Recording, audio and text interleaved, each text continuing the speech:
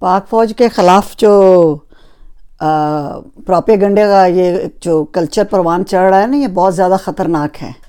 یہ drawing room کے اندر بیٹھ کے سو کالڈ پڑھے لکھے ویلے لوگ جنہیں کوئی کام نہیں، جنہوں نے نہ محاذ پہ جانا، نہ اپنے بیٹے شہید کرنے ہیں، نہ انہوں نے ملک کے لیے کوئی قربانیاں دینی ہیں، یہ جو ویلے بیٹھ کے جب یہ گوسپ کر رہے ہوتے ہیں نا، تو وہ اسٹیبلشمنٹ یہ کر رہی ہے، خلائی مخلوق یہ ہے، دیکھیں جی اس ملک میں تو جمہوریت آ ہی نہیں رہی۔ جمہوریت کیڑی بے بے دا نہ ہے، پہلے مجھے یہ تو بتاؤ۔ فوج آپ کا جو خطہ ہے نا پاکستان، اس کو بالکل کمپیئر مت کریں یورپ یا امریکہ کے ساتھ۔ آپ کا خطہ وہ ہے کہ جس کے سارے چمگادڑیں چڑیلیں ارد گرد سارے ملک جتنے بھی ہیں، ان ساروں کے لیے یہ وہ اس کو کھانے کے لیے تیار ہیں، ہڑپنے کے لیے، اس کو نوچنے کے لیے تیار ہیں، کیونکہ یہ ملک کا آپ کا پاکستان کا اور میرا جو پاکستان کا خطہ ہے یہ بہت قیمتی ہے۔ یہ افغانستان کے لیے، ایران کے لیے، جتنی سرحدیں ہمارے، اور سب سے بڑی بات ہے بھارت ہے، چائنا ہے، جتنے ارد گرد ممالک ہیں، سب کے لیے یہ سونے کا انڈا ہے۔ تو اس کو ہر کوئی چاہتا ہے کہ یہ پاکستان معذور سا ہو اور ہم اس کو اپنی مرضی سے یہاں سے ہم اپنے بزنس کریں، یہاں سے ہم اپنا سارا، سب کی نظریں جمی ہوئی ہیں۔ یہ بھلا ہو اچھے وقتوں میں ایٹم بم بن گیا، اب یہ سنبھالنا، یہ فوج جو ہے نا، جو پاکستان کی جو فوج ہے نا، اگر یہ کمزور ہو گئی نا، اگر یہ نہیں ہے نا تو پاکستان نہیں ہے، تو پاکستان نہیں ہے نا تو تم لوگوں کی بادشاہت ہی نہیں ہے۔ پاکستان میں اور ہر دوسرے گھر میں ایک نواب رہتا ہے۔ پاکستان میں آپ صحافیوں کو لے لیں، اینکروں کو لے لیں، بیوروکریٹ کو لے لیں، پاک آرمی کے افسران کو بیچ میں لے لیں، سول افسران کو آپ لے لیں، بزنس مینوں کو لے لیں، جن کو نواب بیٹھے ہوئے ہیں گھروں میں، نوکر چاکر یاشی، گاڑیاں، پروٹوکول، اوئے تینوں پتہ نہیں، جس سے محبت کی، شدید کی، نوازتے گئے، اور جس کے اس پہ غصہ آ گیا کھچ لے نو تن دے ٹبر نو تن دے۔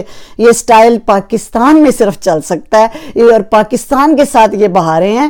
یہ پاکستان میں جو جمہوریت ہے وہ بھی پیسہ ہے، پاکستان میں آمریت ہے تو وہ بھی پیسہ ہے، پاکستان میں بدماشی ہے تو بھی اس کے لیے پیسہ ہے، پاکستان میں اگر کوئی کسی کو سلام کرتا ہے تو بھی پیسہ ہے۔ تو پیسہ صرف اس پاکستان کے ساتھ ہے۔ پاکستان رہتے باہر ہیں، یا بچے بھلے باہر تعلیم حاصل کر رہے ہوں، بیماریاں باہر ہوں، علاج باہر ہوں، ان کے اثاثے باہر ہوں، سارا کچھ باہر ہوں، لیکن سواد تو پاکستان میں ہی آتا ہے نا۔ ایویں تو نہیں جنید صفدر بھی واپس آ گیا۔ ہر اگلی نسلوں تک کو نشہ ہے کہ ہم نے سیاست کرنی ہے، ہم نے جناب عیاشی کرنی ہے، ہم نے اوئے روب پانا ہے، ہم نے تو جیلوں میں رہ کے بھی بتانا ہے کہ ہم کیا ہیں۔ تو میری بات سنیں، یہ سارا پاکستان کے دم سے ہے۔ جتنے لوگ باہر ہوتے ہیں، وہ پنڈ سے کوئی مزدور بھی گیا ہو تو وہ بھی اپنے پنڈ میں سب سے پہلے ایک بڑی ساری کوٹھی پاتا ہے کہ آؤ جی اسی بھی کچھ ہے گئے ہیں۔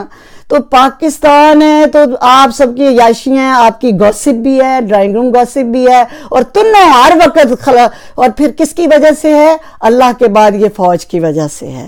فوج ایک واحد ایسا ادارہ ہے جس سے پوری دنیا ڈرتی ہے، پاک فوج سے۔ اس کے خلاف جو لوگ پروپیگنڈا کر رہے ہیں یا کروا رہے ہیں، میں انہیں کسی صورت محب وطن نہیں کہہ سکتی، اور یہ سب بکواس ہے۔ آپ کی جمہوریت، آپ کے ہاں کو جو آپ بالکل کمپیئر نہیں امریکہ کے ساتھ۔ میری بات سنیں، یہاں پہ 18 سال کا جب بچہ ہوتا ہے ہائی اسکول میں، تو فوج جو اسکولوں میں جاتی ہے اور کہتی ہے کہ اب بچہ فوج میں آئے، ٹریننگ کرے، اور بہت زیادہ اب مراد دی جاتی ہیں آرمی میں۔ تو یہاں کے امریکہ میں 18 سال کے بعد جو بچے ہوتے ہیں وہ فوج میں بھرتی ہونے کا بہت شوق رکھتے ہیں، انہیں اتنا زیادہ کلاسز دی جاتی ہیں، کنونس کیا جاتا ہے، اتنا موٹیویٹ کیا جاتا ہے کہ ہائی اسکول کے بعد بچے زیادہ تر آرمی میں جانے کے خواہش مند ہوتے ہیں۔ اور اس ملک کا یہ ہوتا ہے کہ ہر بچہ آرمی کی ٹریننگ لے۔ ترکی میں بھی 18 سال کے بعد بچوں کو آرمی کی ٹریننگ دینے کا رجحان ہے۔ بہت سے ملکوں میں آرمی کا واحد پاکستان ہے جہاں سدھا جنید صفدر،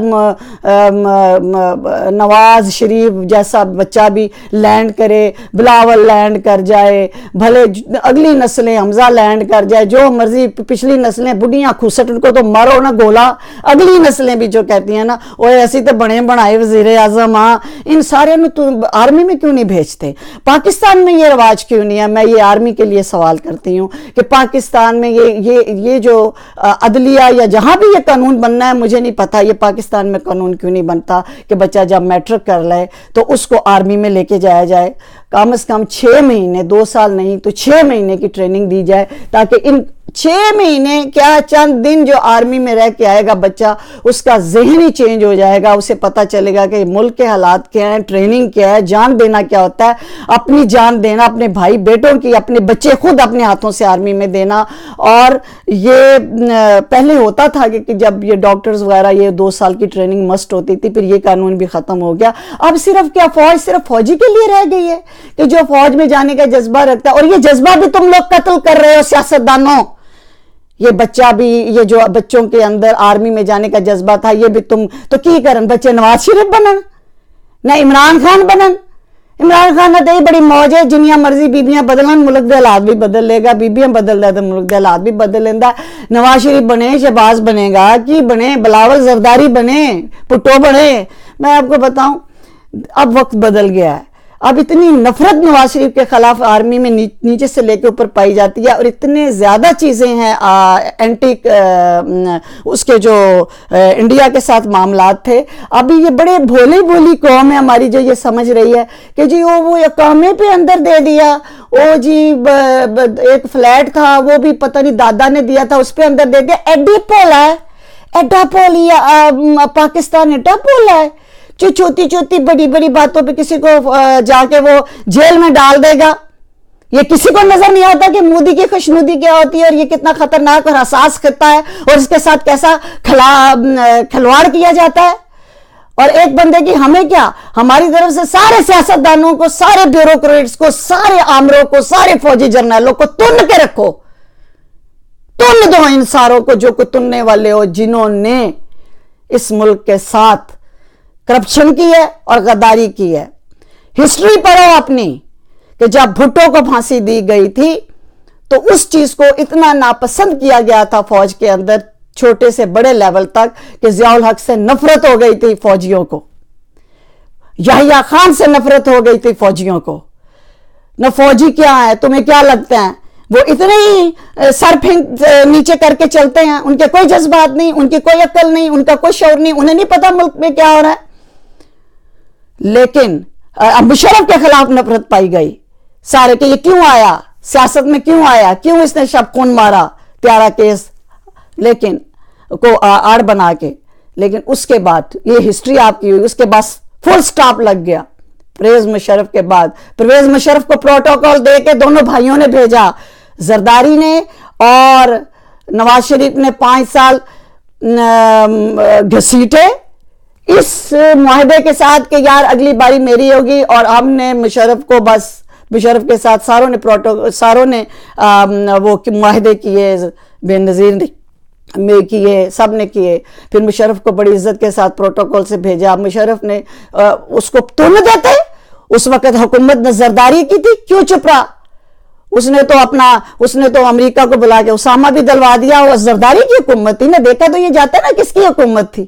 چلو جی فوج تو پڑی ہو گئی، کس کی تھی؟ پھر نواز شریف کی حکومت آئی، انہوں نے تن کیوں نہیں دیتا مشرف نو؟ اس نے مقدمہ کھڑا کیوں نہیں ہو گیا؟ سٹینڈ کیوں نہیں لے لیا؟ جو آج وہ کہتا ہے مجھے کیوں نکالا، اس وقت وہ کیوں نہیں بولا کہ مشرف کو کیوں نکالا جا رہا ہے، ہم نہیں نکلنے دیں گے، یہ ہمیں فلاں جواب دے۔ اس وقت انہوں نے سی بھائی جان تسی تے جاؤ، ہن ساڈی واری ہے، ہن اسی 5 سال پورے کرنے نے۔ اس کے بعد آپ نے دیکھا جنرل کیا، مشرف کے بعد کا آپ کسی فوجی جنرل میدان جنرل کیا نہیں آیا۔ جنرل کیانی اس کی گڈ بک میں تھا، نواز شریف کے بھی اور زرداری کے بھی، کہ اس کو ایکسٹینشن دی گئی۔ جنرل کیانی کے بارے میں نواز شریف کے کہتے تھے کہ ان کی انڈرسٹینڈنگ ہے۔ یہ انڈرسٹینڈنگ کیا ہوتی ہے؟ اچھا جس جرنیل کے ساتھ آپ کی انڈرسٹینڈنگ ہو جائے گا مطلب ہے کہ وہ بھی رولا ہے ٹکانا ہے۔ جس کے ساتھ انڈرسٹینڈنگ نہ ہو، او جناب وہ خلائی مخلوق ہے، او جی اسٹیبلشمنٹ ہے، او جی فلانے نے کیانی، جنرل شفاق کیانی کو ایکسٹینشن دی زرداری نے۔